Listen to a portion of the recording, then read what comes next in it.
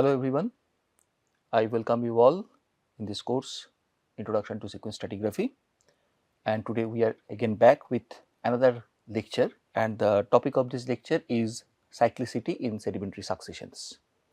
So, this particular topic we will cover in two successive classes, this one and the next one.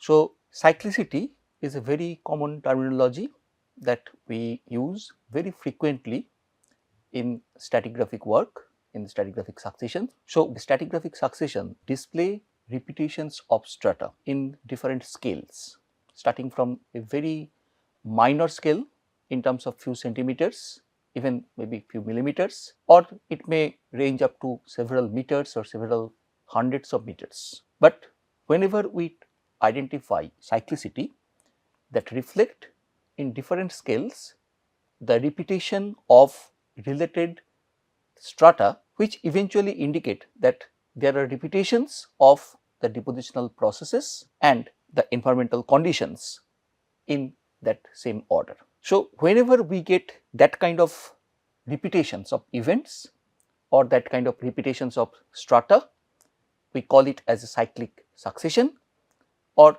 the event is called cyclic sedimentation event. Sometimes also we use very synonymous term, rhythmic sedimentation, rhythmic succession. So, cyclic, rhythmic, they are very commonly used synonymously, but there are minor differences between cyclic succession and rhythmic succession we will discuss. So, whenever in a succession we get this kind of cyclicity, so that leads to stratigraphic successions with repetitive orderly arrangement of different sediments or rock types. When we apply this term cyclicity to a sedimentary sequence, that refers to a distinctive series of lithologies that are arranged vertically in a predictable pattern, in which at least one rock type, which is regarded as the starting point, is repeated several times. So, we can define a cyclicity within any part of a succession, and we can start with one particular type of lithology, one particular type of rock strata, and that comes again and again after a short interval, and in between there are some other rock bodies which are again appearing after certain intervals, and they are appearing within the vertical succession after alternate rock bodies. So, whenever we get this kind of alternations, whenever we get this kind of repetitions, we will call that sedimentary succession having a cyclicity, or we refer cycles within a sedimentary succession. So, the term cyclicity or cyclic, that refers to regularities in the rock pattern. So, one particular rock type repeating again and again and again, and in between that some other rock types are present. So, alternate appearance in a regular fashion. Whereas, if that cyclicity occurs after a particular time interval, and that time interval is almost equivalent in all its appearances, that means every time it is appearing, it is having similar kind of time interval, or it is appearing after same amount of time interval, then we call that kind of cyclicity as rhythmic. So, rhythmic is a special type of cyclicity where we commonly get identical types of rocks formed at equal time intervals. So, in this class we will discuss in detail about the cyclicity, the concept of cyclicity, its scale, and what are the controls that produces different types of cyclicity. So, we can take one small example over here. Let us say there is a small succession which is around say few centimeter thick, as you can see over here in this particular diagram. It is a few centimeter thick succession where at the bottom part we can see there are millimeter thin beds, maybe alternate sandstone and mudstone beds, or maybe siltstone and mudstone beds, which are alternating very frequently. So, within 1 centimeter thick bed, what we can see over here, there are multiple laminae which are millimeter thin. So, maybe just for example, this may be representing a varve deposit. As we all know that varve deposits are commonly formed in glacial lakes, particularly in very cold conditions, when during the winter season the lake freezes, then we get little bit darker sediments, whereas during the summer season when the lake is not frozen, during that time we get little bit coarser grains like silt layers, and we get this kind of annual cycles. So, every year we get one relatively light layer, light in the color, bit whitish color, which is bit coarse grained, and followed by a dark colored layer which is dominantly mud and organic matter rich. So, alternate lighter and darker layers that form one seasonal cycle. So, that kind of varve deposits commonly represents annual cycles. One such couple of sand followed by mud or silt followed by a mud indicates one annual cycle, and such annual varves can be accommodated, several such varves can be accommodated within 1 centimeter or 2 centimeter thick succession, where we may get multiple annual cycles. So, definitely over here in this part, definitely we are getting one type of cyclicity, which is annual cyclicity, and their thicknesses in terms of their occurrences are very thin. So, this kind of varve deposits, they may occur in an alternate fashion in a repetitive way, where it is alternating with some other bed like this one, which is dominantly not a varve deposit, some other deposit. For example, over here it may be a sandstone, and that sandstone is alternating with a much thicker sandstone over here, or maybe a limestone unit over here. And you can see in this succession that coarse grained sandstone is repeating, alternating with this sandstone unit. So, definitely there are certain alternate appearances, repetitive appearances of different types of rock units over here. Overall thickness we can see in this part is around 4 to 5 centimeters, and the time interval is 10 annum maybe over here.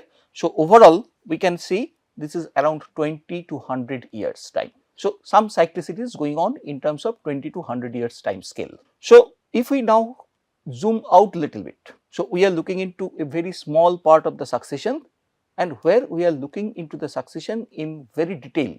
So, from there on, if we move little bit out in terms of zooming, so what we get, this may be, this portion that we have studied so far may be a very small part within a much bigger succession. As you can see over here, this entire maybe 5 centimeter thick succession is a very small part over here, and that is actually alternating or appearing several times in this succession. So, this non-annual to annual alternation, which was represented by a varve and non-varve deposit, their repetitive appearances, that is becoming a very small part within a larger succession, and there also this cyclicity is forming only a small part of a bigger cyclicity.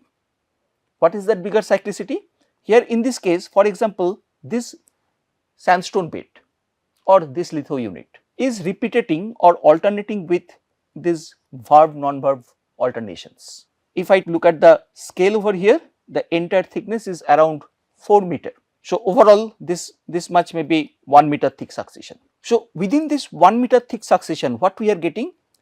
We are getting this kind of thick litho unit. Say for example, there is a very thick sandstone, maybe a channel sandstone, and that channel sandstone is alternating with a varve non-varve alternation, a varve non-varve repetitive cycle. Again that is replaced by or overlain by another sandstone body, again a channel fill sandstone, and again we are getting similar kind of varve non-varve deposits, and this is occurring again and again. So, what is the time involved over here? Roughly 0.1 million annum. So, around 1 lakh year. So, the time involved over here to form this kind of succession, where maybe in the bottom part we are getting something else, maybe some turbidite sequence, maybe some storm deposits commonly called as tempestites, or maybe this kind of cyclicities. So, they are deposited through a time of around 1 lakh year, where we are getting successive occurrences of this kind of repetitive strata. Now, each of these repetitive strata indicate repetition of the processes. So, that means in this succession, if I look at over here, in this succession, the channel fill sandstone, that indicates a channel environment is going on over there, and then that environment is replaced by a kind of lake deposit which is getting frozen, and there we are getting varp deposit, and that varp deposit is again replaced by some other deposit. Again the channel depositing condition is coming back over there after some time, and again the varp depositing condition is coming back over here, and this kind of change in the depositional condition and simultaneous change in the depositional environment is going on. If we look into this into further larger scale, that means we are further zooming out, we get a much bigger picture.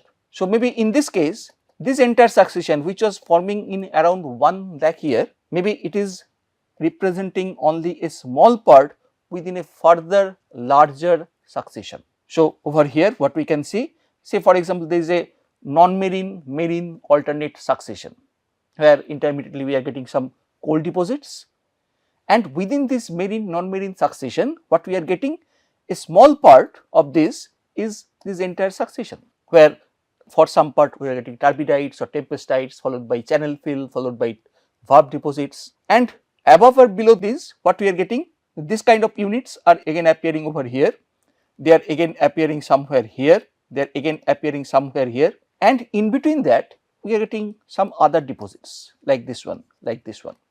So, again a cyclicity, but the time involved over here, the thicknesses of the units involved over here are much larger with respect to the earlier two examples. So, in this case maybe only this much is representing 1 to 2 million annum.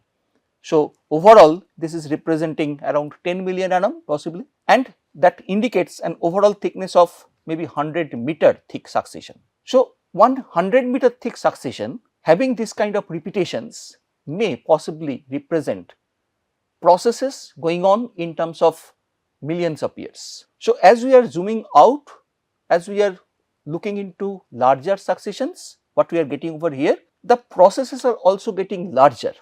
They are becoming much enormous, much bigger in terms of their extent, in terms of their depositional conditions. So, what we are getting over here in this part, definitely the conditions are changing, but those conditions are changing in terms of millions of years, not in terms of seasonal cycle. So, one such change, another such change, another such change. So, we are getting several changes occurring in terms of millions of years, and definitely when such changes occurring in millions of years, they are much larger changes that definitely will affect larger part of the basin, or even sometime maybe across the basins. And even we can move on further and we can look into it in further larger scale, where this particular unit which is representing around 100 meter thick succession may become only a small part of a mega cycle, where the individual units are ranging maybe up to several thousand meter, which has been deposited in terms of tens of millions of years, 10 to 20, 30 millions of years. And definitely again we are getting this kind of multiple cyclicities occurring within that. So, cyclicity within rock succession can be identified, can occur in different scales, in different orders, and depending on the purpose of interpretation, depending on the purpose of our model, we can interpret, define the cyclicities in required scale or required order. I can give you one very small example from Indian stratigraphy.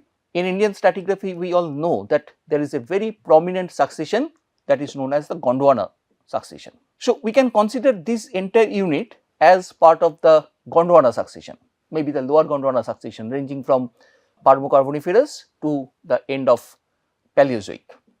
So, within that we get several formations like the Talchir formation, Barakar formation, Barren Mesas formation, Raniganj formation, etc., etc. So, each of these formations as per lithostratigraphy, we are defining them in terms of variations in their lithological component. So, maybe this portion is representing one such formation, the Barren Mesa formation, just for example. So, this Barren Mesa formation is having several cyclicity where different type of conditions has occurred, but when I am looking at in its overall entity, overall appearance, it is appearing only over here, nowhere else. So, it is lithostratigraphically a separate unit, but in between that we are getting several cyclicities. Now, if I pick up one such cyclicity within the Barren Major formation, that can show several small scale cyclicities where channel overbank cyclicities are there, and many times the overbank deposits are flooded with marine currents showing formation of local scale estuarine or delta conditions. When we look into these overbank deposits in further detail, there we can find out this kind of minor day to day cycles, yearly cycles, annual cycles in terms of tidal cyclicities, in terms of alternate tidal versus wave interactions. So, again we can find out this kind of cyclicities in real successions as well. I have given you the example from Gondwana succession.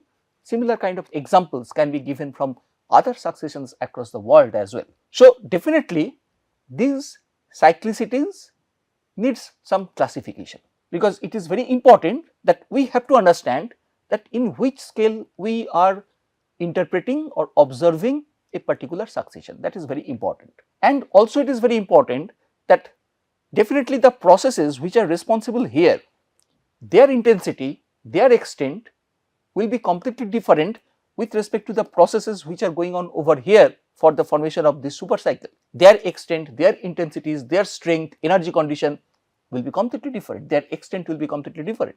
So, there are different controls, there are different parameters, factors, processes which controls these cyclicities, and definitely those controls are different for different types of cyclicities. They cannot be same for all types of cyclicities. So, we can observe the cyclicities in the hand specimens, or even we can identify them in microscopes, very thin alternations, which can lead us to the bedding scale phenomena and cyclic sequences in the normal field exposures, where we can observe them in terms of meters, tens of meters to hundreds of meters, or we can get them in further large scale, where maybe we can observe them in regional scale in the field outcrops, or many a times we can observe them in subsurface profiles like seismic profiles, like well logs and their correlations. So, there are different tools and scales for observation of the cyclicities. So, based on these processes which are responsible for controlling the scale of the cyclicities, the extent or intensity of the cyclicities, we can divide two major processes. Based on those processes, two major cycles. So, one is called as allocycles or allocyclic processes, and second one is called as autocycles or autocyclic processes. So, vertical phase successions and their lateral distribution observed in the stratigraphic record are the results of changes in the environment of deposition through time, and these changes may be induced by either autocyclic processes or allocyclic processes, or very often together, both of these processes occurring together, affecting together. So, it becomes very important now that we should understand what are the meaning of these autocyclic processes and the allocyclic processes. So, autocyclic processes, they are internal to a sedimentary system, independent of the external influences. So, whatever or any type of processes going on within the basin as a characteristic property of the basin or as a characteristic property of the depositional process in different parts of the basin, those are called as the autocyclic processes. For example, delta lobe switching. As we all know that when a river is coming down to the marine system, so there at the river mouth we get the mouth bursts where the sediments are dumped, and depending on the interactions we get different type of flow conditions over here, change in the flow conditions over here, and that flow condition can lead to different extent of deposition, different type of sedimentation, which also depends on the type of waves and tides which are acting over here, how the longshore current is acting over there, how the rip current is acting over there, how the tidal current is acting over there, how much is the wave energy, how much is the fluvial current is coming over there, how much sediment is carried, and how much they are deposited. So, all these factors play together, and based on that we can get switching of this delta lobe. Maybe for some time delta may come over here, it may look like this.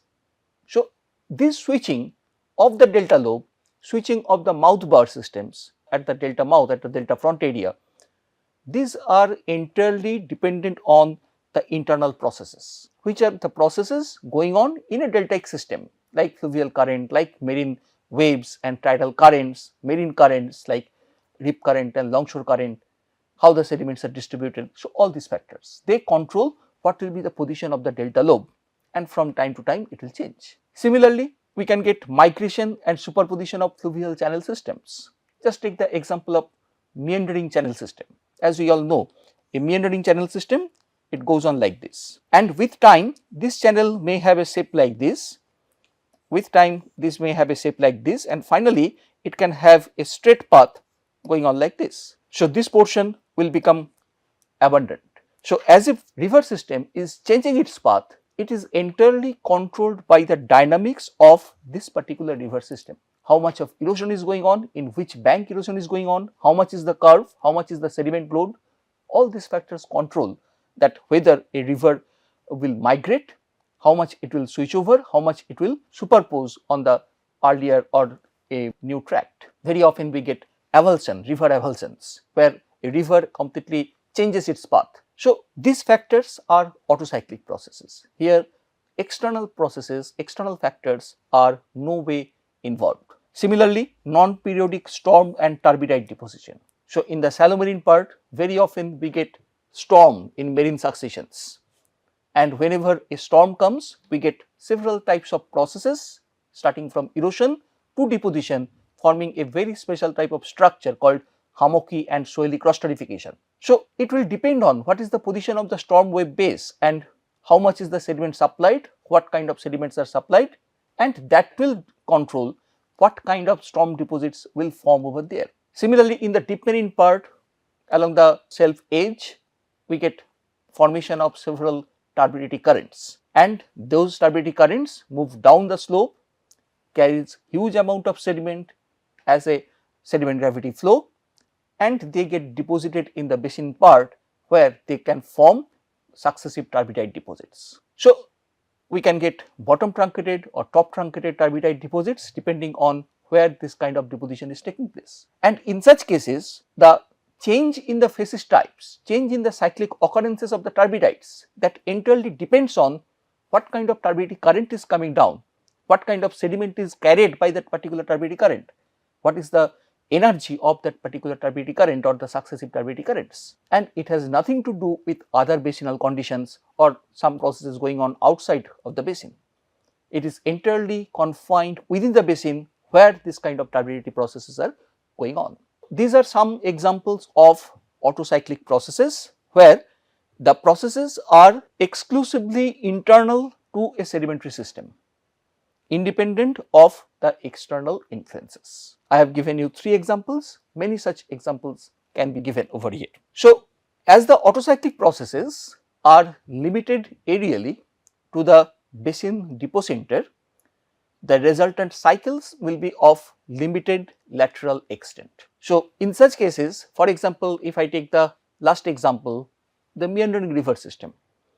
So, definitely the cyclicity can be observed within the channel part or little bit up to the overbank area. It will not be laterally extend for large areas in terms of thousands of kilometers. The time period of the autocyclic deposits is often less than that of allocyclic processes. So, in case of autocyclic deposits, as you can see, multiple turbidity currents are getting deposited one after another. So, definitely one turbidite deposit followed by another turbidite deposit. So, they can vary within a few centimeter to few meter, and the time interval involved in that is also very less. So, the time period of the autocyclic deposits are often quite less if I compare that with respect to the allocyclic processes. So, now the question arises, what are allocyclic processes? So, these are external to the depositional system.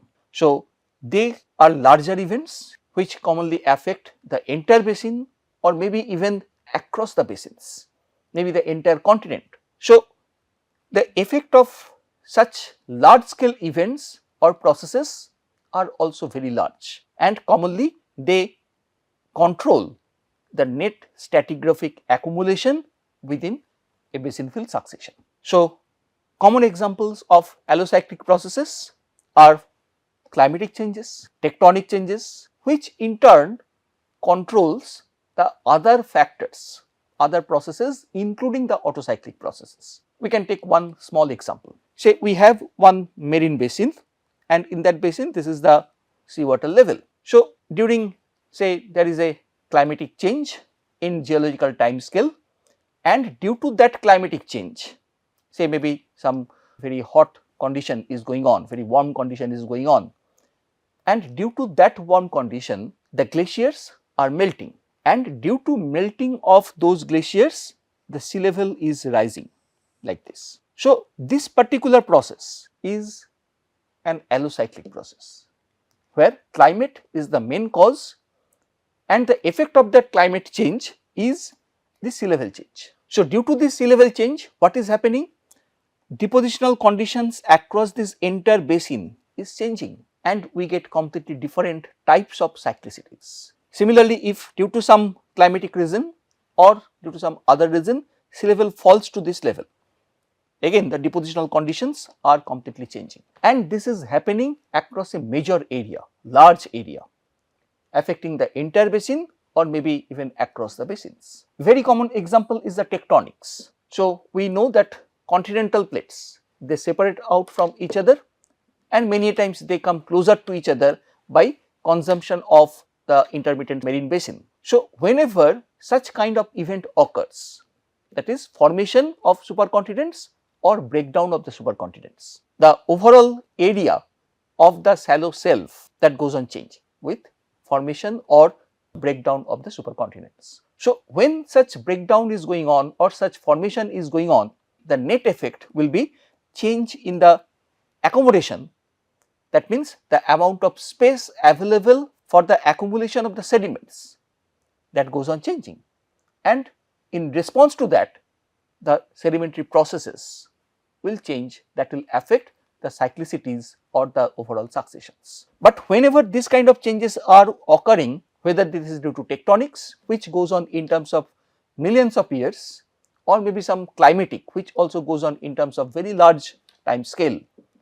So, definitely the changeover or results are of larger scale. So, that will produce thicker successions with respect to autocyclic changes, autocyclic processes. Within autocyclic processes, we can have small deposits occurring within this basin, and maybe that is part of the rising sea level condition. So, within a rising sea level phase, we can get multiple autocyclic processes going on at different parts of the basin. So, very often we get transgressive regressive successions, the shoreline gets inundated, it moves towards the land. Sometime we can get forced regression where sea level is falling, and due to that the shoreline is retreating back. So, all these factors, all these geological phenomena are allocyclic processes, and they will produce larger scale cyclicities within the successions. So, climate can affect the sea level changes through the advance and retreat of the continental glaciers, and obviously it will influence the deposition in the marginal marine settings. On the other hand, the second major factor, the tectonic factors. The tectonic movements can influence the sea level changes, which in turn will affect the accommodation space, which is basically the vertical space available for the sediment accumulation, as well as the water depth will change, which will influence the resultant phases types within the succession. So, in contrast to the autocyclic processes, the allocyclic packages may extend over greater distances within a basin, for a greater extent within the basin, as well as it can even cover up across the basins from one basin to the another, and their time periodicity is often greater than that of the deposits formed under the autocyclic processes. So, in this particular class, what we discussed is the concept of cyclicity that we have tried to understand. Also, we have tried to understand that there can be different types of cyclicities in terms of the thickness and the time intervals involved over there, and we have tried to understand the major processes involved for the formation of such cyclicities. Commonly we call them as autocyclic processes or allocyclic processes. So, we have tried to understand those concepts of autocyclic versus allocyclic processes. So, we will continue in the next class, and there we will try to understand about these different types of cyclicities in terms of time and the thickness involved over there. Thank you everybody.